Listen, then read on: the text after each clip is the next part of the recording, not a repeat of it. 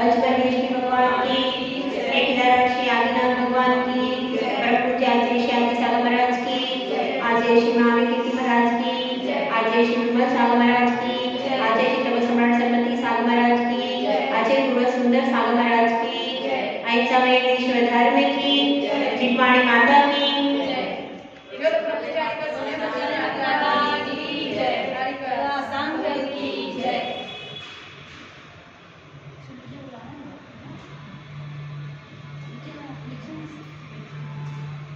आत्मा हर बार जीतती है अगर वह जीतना चाहे तो। यदि वह जीतना चाहे तो हर समर जीत सकती है और हारना चाहे तो हार भी सकती है। सब कुछ निर्भर है पुरुषार्थ के ऊपर, और पुरुषार्थ के ऊपर जैसा मैंने आपसे प्रश्न किया था 3 नंबर, इसमें उस युवक ने प्रश्न किया था कि 2 चीजें हैं जिनसे संसार बन जाता है और 2 चीजें हैं जिनसे संसार का नाश हो जाता है। आप उस प्रश्न का उत्तर पूछ के लाए हैं, तो बताइए वह 2 चीजें कौन सी हैं? हाँ बताइए। और इस श्लोक में भी उसका स्वार छिपा है। आज जो उन्होंने उत्तर दिया है मुनिराज ने, उस श्लोक में भी आया है। हाँ बताइए। मोह, राग और द्वेष, तो 3 चीजें होंगी। हाँ आप बताइए। आपका सुबह का वक्तव्य बहुत अच्छा था, बताइए।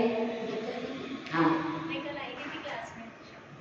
नहीं, कल आई नहीं थी। और कोई बताएगा? आज तो बहुत एब्सेंट है लोग। वे 2 चीजें कौन सी हैं जिनसे संसार बनता है और संसार मिट जाता है? इस पूरे श्लोक में आचार्य श्री ने महाराज जी ने कहा है, क्या कहा है? न हस्तो न पादो न घ्राणम न जीवा। हाथ से, पैर से, घ्राण से और जीवा से बनता है शरीर। चक्षु से, कर्ण से और वचनों से क्या बनता है? शरीर। यहाँ पर पूरी चर्चा शरीर की हो रही, यानी शरीर और आत्मा 2 चीजें हैं। यदि शरीर और आत्मा अलग अलग हो जाते हैं तो संसार का नाश हो जाता है, और अगर शरीर और आत्मा एक रहते हैं तो संसार बना रहता है, कभी खत्म नहीं हो सकता। गलत है कि सही है? तो यह उत्तर मुनिराज ने दिया उस युवक को, और युवक सोच रहा है बात तो एकदम सही है। ये शरीर ही मूल कारण है संसार के बढ़ाने में। यह शरीर यदि नष्ट हो जाता है तो उसके बाद आत्मा स्वतंत्र हो जाती है, फिर कभी किसी तरह के पिंजरे में वह कैद नहीं होती। तो इस वक्तव्य को सुनकर के वह युवक प्रभावित हो गया। अब वह कह रहा है कि आप कह रहे हो कि शरीर है, लेकिन इस शरीर यह तो उद्गल बाहर से दिखाई देता है, और शरीर तो कई दिखाई दे रहे हैं जिनमें आत्मा नहीं है। तो यदि यह शरीर ही कारण है तो फिर ये सब शरीर जिनमें आत्मा नहीं है, जिनमें से आत्मा निकल चुकी है, तो ये सब शरीर भी कारण होना चाहिए। क्या प्रश्न? ये इन शरीरों में से आत्मा निकल चुकी है तो ये शरीर भी कारण होना चाहिए।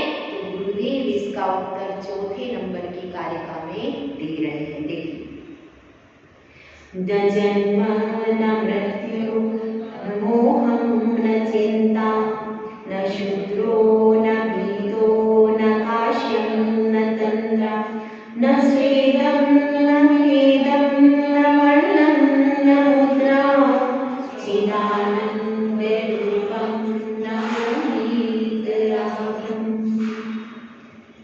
न जन्म न मृत्यु, आत्मा के लिए जन्म नहीं होता है। यह आत्मा अनादिकाल से ऐसी ही है। इसका स्वरूप क्या है?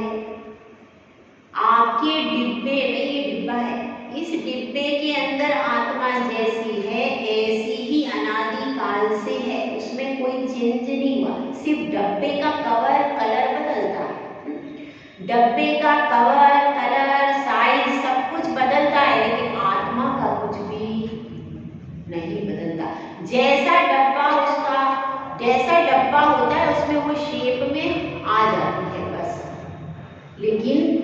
आत्मा का नवीन जन्म डिब्बे का जन्म होता है। समझ में आया? डिब्बे में कोई चीज रखी है, आपने डिब्बे में दूध रखा, एक नीले कलर का रख दिया, नीले कलर का गिलास रख दिया, एक लाल कलर का रख दिया, एक काले कलर का रख दिया।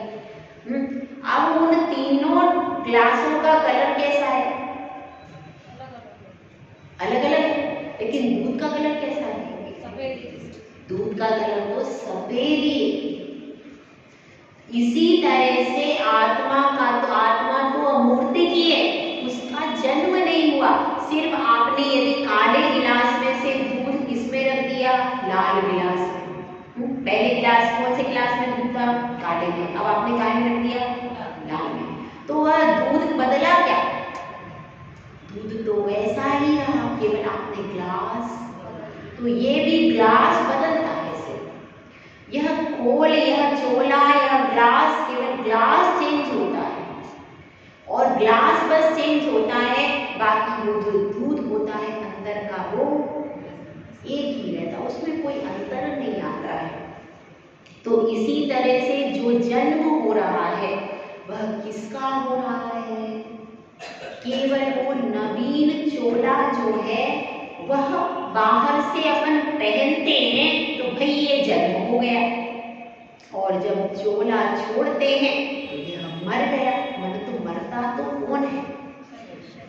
केवल शरीर का चोला छोड़ते हैं और नया पहनते हैं तो केवल छूटता है शरीर, जन्म तो उसका भी नहीं होता, क्योंकि पुद्गल भी अनादि निधन है और आत्मा भी अनादि निधन है।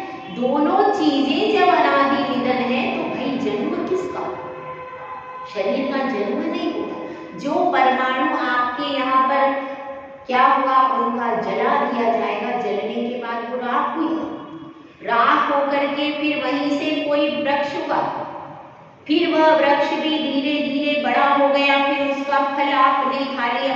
सब कुछ यही तो परिणमन होता रहता है भाई, होता है कि होता रहता है। न शरीर नवीन है न आत्मा नवीन है, दोनों ही पुराने हैं।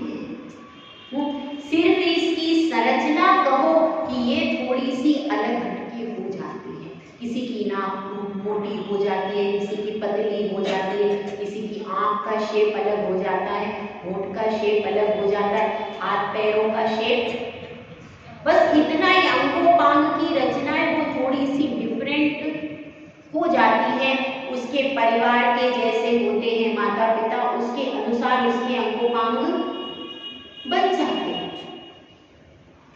बस इसके अलावा वो चमड़ी में कोई अंतर नहीं है, सिर्फ कलर का अंतर है। लेकिन केवल कलर के अंतर से क्या अपन पुद्गल को पुद्गल नहीं कहेंगे? है तो वही पुद्गल, मैटर एंड सोल, दो ही चीजें तो है संसार में क्रियावर्ती शक्ति। तो यहाँ पर यही कह रहे हैं कि जन्म और मृत्यु किसको है? दोनों को ही नहीं है, ना शरीर का जन्म होता है ना पुद्गल का जन्म होता है, दोनों चीजें एक नए फॉर्म में बस आ जाती है, बस फॉर्म में बस आ जाती है। वास्तव में तो किसी भी चीज का जन्म होता ही नहीं। छह द्रव्य अनादि निधन है तो आत्मा का जन्म भी नहीं है और आत्मा की मृत्यु भी नहीं है। न मोहम न चिंता, और मोह भी नहीं है। मोह क्या है भाई? भाव करने। मोह और चिंता ये सब क्या है? ये सब भाव है, आत्मा के परिणाम। तो इनके दोनों भी आत्मा के नहीं है। न शुद्रो न भीतो, शुद्रो यानी छोटा, लघु होना, हीन भावना। तो हीन भावना भी अगर करता है आत्मा तो वह शुद्र भी नहीं है, छोटा भी नहीं है, और भीतो यानी भयभीत रहने वाला भी आत्मा नहीं है। न काश्यम न तंद्रा, तंद्रा का अर्थ होता है आलस्य होना, प्रमाद होना। प्रमाद भी आत्मा का स्वभाव नहीं है। प्रमाद के कारण हम बहुत सारी चीजों को भूल जाते, भूलते कि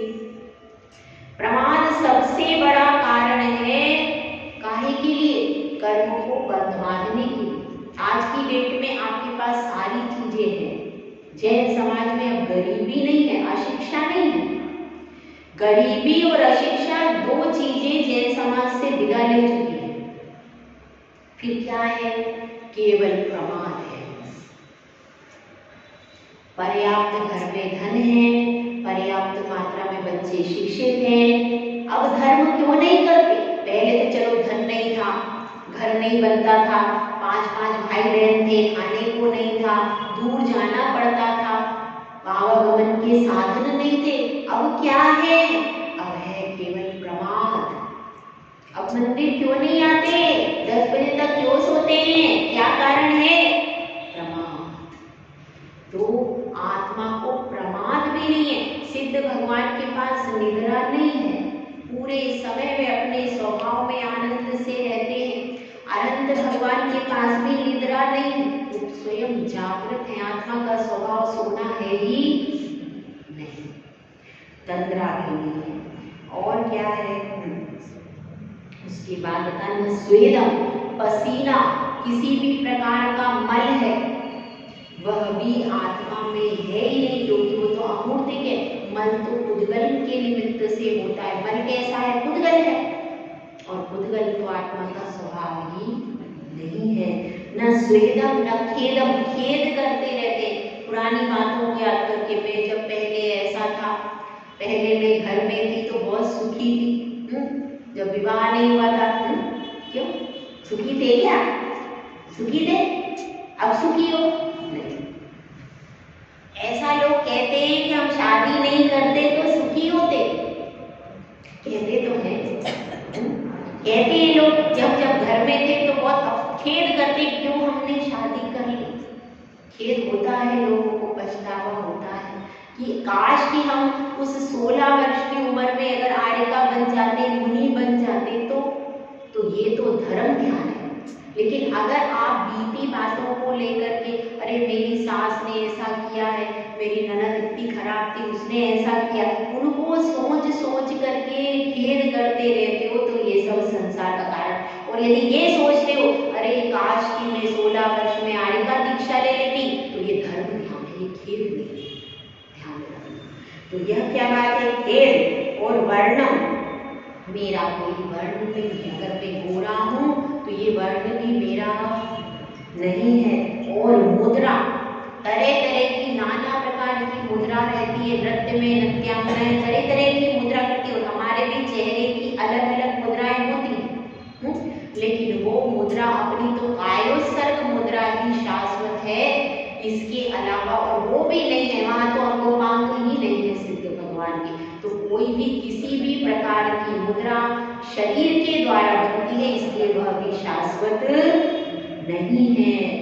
चिदानंद रूपम नमो वीतरागम, यह जो चिदानंद रूपी जो आत्मा है वही वीतरागी है। अब उसका उत्तर दे दिया है। कैसे दिया है? अब आपको सोच के आना है। श्रद्धा जी, कल सोच के आना है। उत्तर क्या क्या? प्रश्न क्या था? प्रश्न ये था कि मुनिराज से युवक ने पूछा था, ये सब प्राण रहित जीव हैं, इनके पास शरीर है, और आप कह रहे हो इनके पास आत्मा नहीं है, तो इस अवस्था में यहाँ पर भी तो शरीर से रहित क्या है? आत्मा है।